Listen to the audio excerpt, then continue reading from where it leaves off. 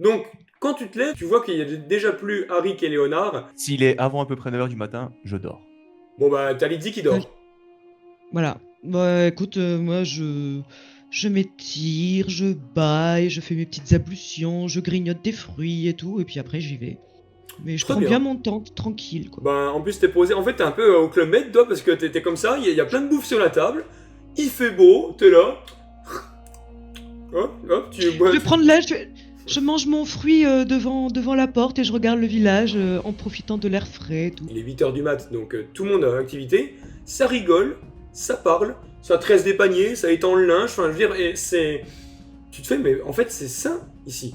Et sincèrement, hein, c'est paisible.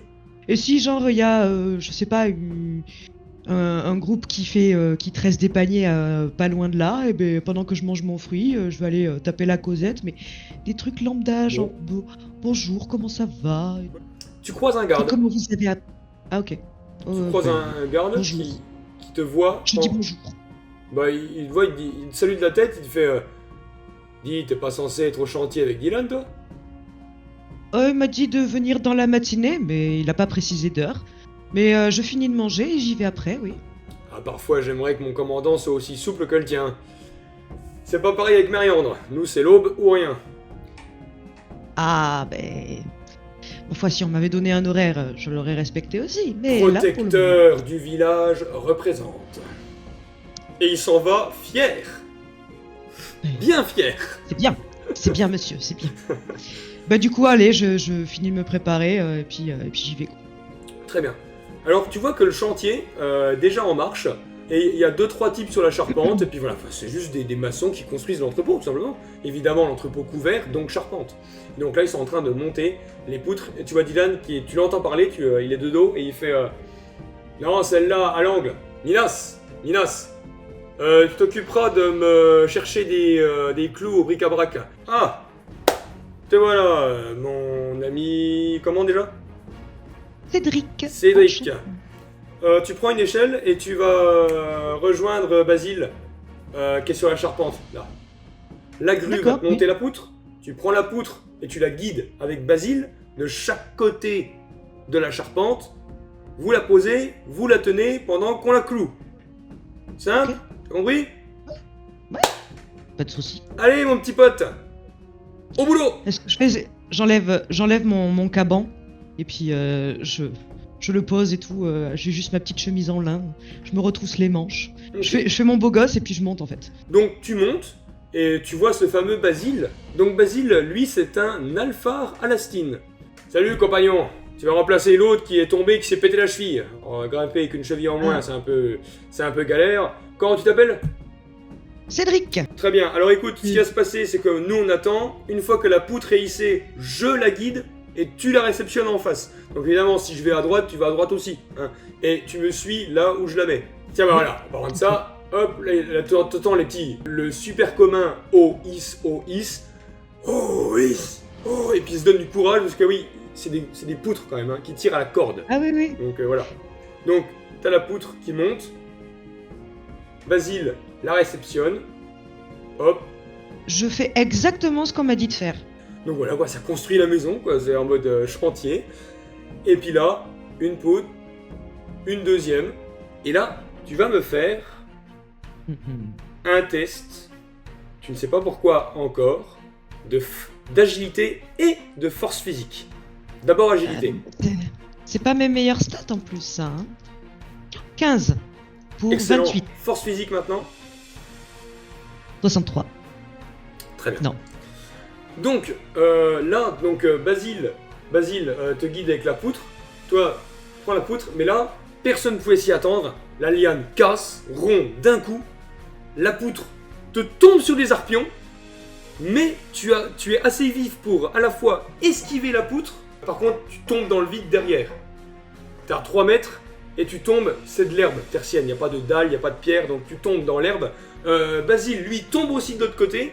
De son côté, toi, tu tombes du tien. Et t'arrives avec ton test d'agilité. T'as le réflexe de tomber dans l'herbe et de faire un roulé-boulé. Donc tu amortis bien la chute. Cependant que tu te foules quand même la cheville. Force physique échouée, mais tu te foules la cheville, tu ne la casses pas. Hein. tu te la foules, tu me perds 3 points de vie. Et puis là, on a tous les ouvriers certains parlaient, d'autres rigolaient, et là par contre ça s'arrête, et puis ils viennent vers toi, certains vont vers Dylan, ils font « Oh putain, ça va mon gars, ça va ?» Ouais, non mais pour l'instant je suis toujours au sol, je me suis pas relevé en fait. Ouais. Je suis toujours Du coup, par il te terre, relève. donc... Il te soulève par les aisselles, et il te relève, et puis il t'assoit sur un banc. Ça va mon gars? Ouais, mais ça vous arrive souvent ça ou... Ton premier jour, ça arrive. Hein? Alors moi, je veux pas blasphémer contre Yor, mais je sais pas ce que t'as fait, mais déjà je sens que tu vas nous casser les couilles, toi. Et puis là, t'as Dylan qui fait « Oh, c'est pas de sa faute, la corde a lâché. C'est tout. Ça arrive l'accident, ça arrive. Hein? Calme-toi. Calme-toi, Minas. » Dylan arrive vers toi, il fait « T'as des gars, des blessures, ça va, t'as l'air pas mal là. » Je me suis tordu la cheville un petit peu, mais ça devrait aller. Oui, je peux marcher, je boitille un petit peu, je serai un tout petit peu plus long sur les échelles, mais je pense que je pourrais quand même tenir, ouais. Bon, assez d'émotions pour le premier jour. Pour toi, tu vas observer comment on travaille, tu observes, et tu apprends. D'accord, est-ce que vous voulez que je vérifie vos autres cordes, au cas où s'il y en a une autre qui ait les mêmes faiblesses? Je préfère confier cette lourde tâche à quelqu'un d'autre et de confiance. Non pas que j'ai pas confiance en toi, mais Minas a raison. Ton premier jour, il y a un accident qui ne se passe jamais qui arrive. Et j'ai quand même bien les boules, parce que là on a perdu 3 semaines. Mais je t'en veux pas. Tu te poses sur ce banc, tu apprends et observes. Oui, monsieur. Tu parles pas. Allez, ça va bien se passer. Tu vois que là, Basile, ton associé, il arrive en boitant, lui, par contre vraiment en boitant, et il s'assoit sur le même banc que toi. Ça va toi? T'as pas trop pris... Ça va, je me suis tordu la cheville, mais apparemment j'ai pas le droit de parler. Donc... Non mais quand Dylan est un peu énervé, faut le comprendre, ça fait 3 semaines qu'on est sur la charpente quand même. Voilà. Bah écoute, il a dit ça parce que t'es énervé, si on parle doucement entre nous. Je suis dispensé de bosser aujourd'hui comme toi, donc tu sais... J'ai vu que t'avais un arc quand t'es arrivé à Tertienne, toi. Oui. Tu te défends un peu Je peux avoir mes fulgurances, mais pas toujours non plus. Disons que c'est là pour au cas où, mais je ne suis pas un fin archer, on va dire. Écoute, je vais pas te mentir, je me suis déjà mesuré et je me défends pas mal à l'arc. À quelques-uns des chasseurs, et moi j'ai demandé à Alix, t'as vu mon corps, t'as vu comment je suis taillé? J'ai demandé à Alix pour savoir si je pouvais pas mettre mes muscles plutôt au service de Talia. J'avoue que ça fait maintenant 4 ans que je m'occupe de construire, je pense que je mérite une place pour un peu voir l'île qui nous entoure. Alix m'a dit qu'en effet, j'avais fait mon travail, il a autorisé ma mutation. Donc... félicitations. Ensuite, en fait, j'aimerais bien plutôt savoir ce que vaut un étranger du monde extérieur. Ça te dit, on se fait un petit concours? 3 flèches chacun, celui qui gagne donne quelque chose de précieux à l'autre. De précieux? Ouais, moi par exemple, j'ai troqué une potion d'aconite. Je sors mon tabac. Je vous ai vu au marché, ton ami, il a eu un arc avec ça. Là. Ah bah écoute, ça vaut un arc hein, apparemment, donc tu peux y aller. Par curiosité, je vais quand même t'en prendre un. Alors tu m'échanges un de ces petits bâtons magiques là, et moi je te donne la fiole d'aconite. Ok, ça me va. Attention. Très bien. Si tu gagnes, je te donne la fiole. Oui. Hein? Si je gagne, tu me donnes le bâton magique. Dylan, le petit a besoin de décompresser. Il est tombé, il a pas l'habitude. Je vais lui faire changer les idées, je l'emmène à la caserne pour tirer à l'arc. J'ai le droit? Ouais, c'est bon, emmène-le, allez. Tu suis ce bon vieux Basile à la caserne. Du coup, t'as un garde qui fait Basile? Mais t'es pas sur le chantier? Dylan nous a octroyé notre journée. Donc, vu qu'on a un quartier libre, je me suis dit que si tu le voulais bien, j'allais vers tes cibles et... Le soldat, il hausse ses épaules. Fais donc, si t'as le droit de le faire. Moi, tu me déranges pas, Basile. Tu prends un arc dans l'armurerie. Par contre, tu casses une flèche, tu la payes, hein, Basile. Ou si c'est toi qui la casses, tu la payes. Chez nous, c'est carré. Hein? Si ça vous arrange, je peux utiliser mon propre arc et mes propres flèches. Comme ça, au moins, ça m'arrange. Pas de casse. Ça m'arrange. C'est bien. Bon bah, du coup, Basile, il va, il prend son arc. Bon, On l'a fait en 3. On l'a fait à combien? 20 mètres? 15 mètres? Oh, 20 mètres, c'est bien. 20 mètres? Donc, En vrai, hors RP, j'en ai aucune idée. bon, de- alors, de hors panneaux. RP, 15 mètres, pas de malus. Et ensuite, un malus de moins 10 en agi tous les 5 mètres. Ce qu'on peut faire, c'est qu'on commence à 15 mètres, une flèche. On recule de 5 mètres, à 20 mètres, une deuxième flèche. Et ensuite, à 25 mètres, une troisième. Ça me plaît. On fait ça. Je commence. Et là, par contre, c'est pas scripté. Je vais lancer les dés. 0,8. Bam. Donc, première flèche, Putain, plein centre. bâtard, quoi. Deuxième flèche, hors cible. J'ai fait tellement un mauvais jet de dés, 91, que autant il en met une à 15 mètres plein centre, mais l'autre, elle touche même pas la cible. Elle va s'écraser dans la palissade de bois derrière. Là, il fait... j'ai fait exprès pour te laisser un petit peu d'avance. C'est vrai, hein? Oui. Ouais. Et à 25 mètres, moins 20 en agi, donc j'ai 35, moi ça me fait 15. Ah, dommage, 26. Mais donc, la flèche va se planter à l'extrême bord, en dehors du marquage. Donc elle compte Ok. pas. Bon, il ramasse ses flèches, et là il fait... Bon, une plein centre. Fais mieux que moi, si t'arrives à toucher la cible. Eh bien, nous allons voir. 17 pour le premier. Bien.